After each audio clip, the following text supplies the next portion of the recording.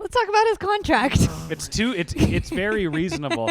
Man, I don't want to get into the Toronto Maple Leafs yet, but anytime I keep thinking of contract and values, I listen to a fair bit of Toronto-centric podcast and media over the weekend, and the value that they think Zach Hyman is worth just keeps giving me a headache. What part of that gives you a headache? That he's going to be offered $6 or $7 million a year. I mean, the money's going to be there once they get rid of Mitch Marner, who's just been like just a waste of space in Toronto, according to Toronto media. Yeah. Waste of space, worst hockey player ever, worst passer. If you asked him the previous week, best passer, worth every penny of his $47 million contract. Okay. Oh my God.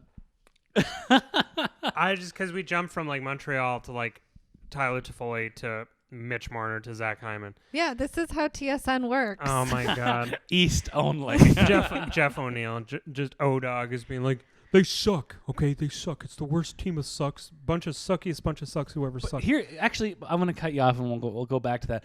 When I consumed this media, I really wanted to get a grasp of what Leafs fans and media thought. And it's essentially, they suck. They're the suckiest bunch of sucks. They're never going to win. They suck. Okay, but what do? Well, you don't trade any of them because they're the best. And you're like, well, wait, maybe they're not, but it's this contradiction fan base. And I know it's a lot to stomach, and it hasn't been good for 5 years, but it'll get better, I swear. So in other words, they'll just stay status quo, and they will continue to stay status quo when it comes to the playoffs in the Stanley Cup. Well, I mean, if it looks like a duck and it quacks like a duck and it's been named a duck 5 years in a row, what makes you think it's not going to be a duck in the 6th year against the Boston Bruins?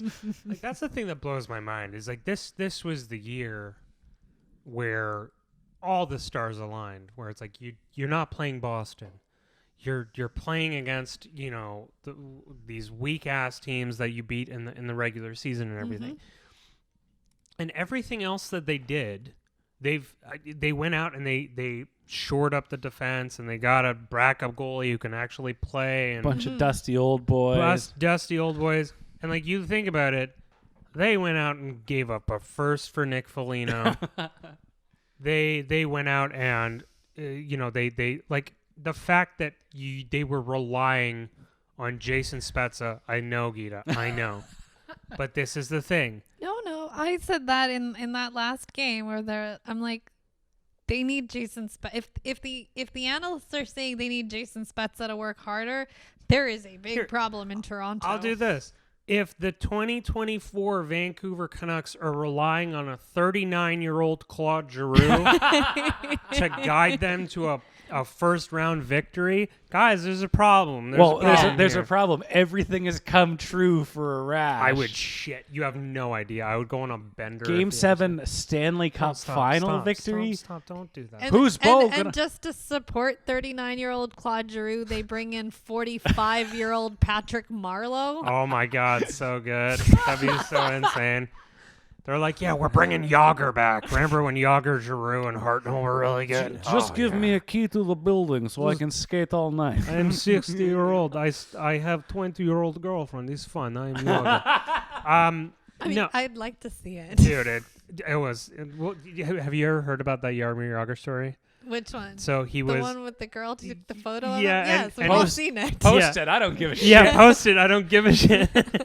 He's like, yeah, I think literally every guy I can only speak on that gender, but every guy was like, when am I going to be able to be in a place in my life where I can just be that comfortable with this? And goddamn, Jaromir Jagr is just a roadmap of how to do things. I'll just say that youth is very exhausting, and I'm glad that I'm 31 and getting older.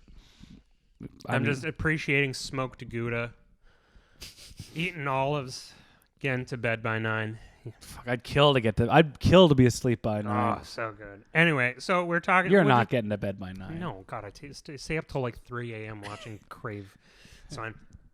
So you think about Toronto, and they've done all these moves.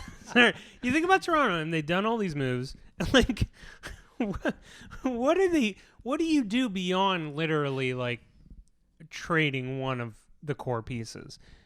Like, what do you? Well, that's the thing, right? You've already made the coaching change, so it's not that. Yeah, this is money puck. They went money puck. Yeah. But the issue with how they're like Kyle Dubas's Money Puck stuff worked.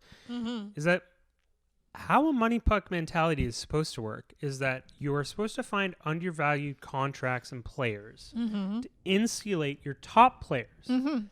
When your Money Puck players turn out to be more reliable than the people you're paying $10 million to, that's when Money Puck doesn't work. Well, that the year before they went all Money Puck, and then this year they kind of, we need some sandpaper and some intangibles to shore up the bottom six. Right. And then, whatever. Well, it's so hard to say because it's not like they didn't have chemistry during the regular season. It's just something doesn't something does. Yeah, there's just sometimes you can have this is like kind of like a 2004 Colorado Avalanche thing where they brought on Korea and Solana and they had Sakic and Forsberg, and you thought they have all this talent, right? And it's gonna work.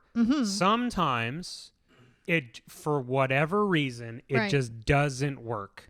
It maybe, I don't know, Mercury's in retrograde, like something. It's just something. It's really funny that you should say that. I'm gonna plug my appearance on the PP1 podcast. But it just happened to be the day that I did that podcast. I had seen someone retweet, I think something about, throw Corsi out the window and maybe they should build teams based on astrology. And I was like, that's amazing. You have no idea the kind of chemistry you might find if you paired a Pisces with like a Taurus. Yeah, why not? Just get, that'd be amazing. Like, try some new shit.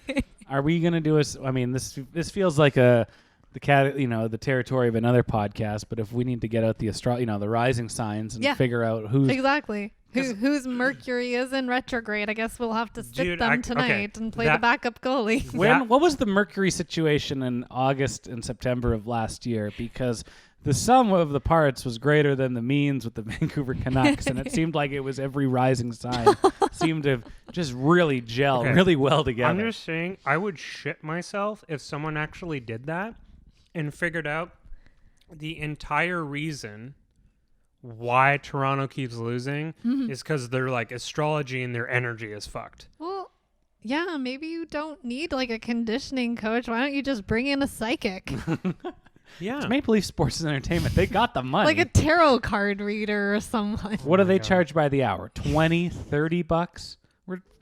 We're fixing things in Toronto for these people. So, so now you look at Toronto, so Hyman's going to free agency, I'm guessing, unless they want us to throw the money at him. The amount I heard was like maybe they can sign him long term, like a 5x5. Like that's kind of, don't be surprised if Zach Hyman goes out and like Burroughs for the longest time was being paid. He signed that, what was it, the 4-year $2 million deal, and then after that thing expired, he got signed to a $4.5 million deal, so prorated to the fact that not only does Hyman play wing, but he plays the penalty kill and he can play center from time to time. And that last Burroughs it's prorated. It's like $5 million. You can't say it's crazy. No, that deal he signed when they were at their peak was crazy because it was like it was Scottie Pippen money. It was $2.5 million a year. Someone going up and be like, Scotty,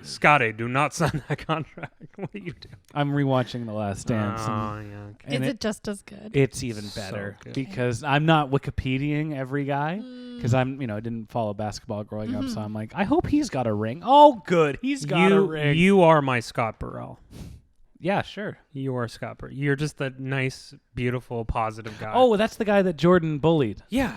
But he got it out of him. Yeah, he got it out of him. Scott Burrell. I had an epiphany. The light went on above my head, and I wrote this in pen on my hand. Okay. But the last guy I can think of that had really good chemistry, that was undervalued with some really good players, that decided to go elsewhere and sign for big money, goes by the name of Connor Sheary. Yeah, so, but where are you equating Connor Sheary being the comparable to Zach Hyman? That, in my mind, that is. This is a guy that has a good spot. He works his ass off. He wins over the prognosticators. He plays well with really good players in the top 6 minutes. And like Mitch Marner, he kills penalties because who else is going to? Because if you hit Joe Thornton blocking shots, he's going to turn to dust.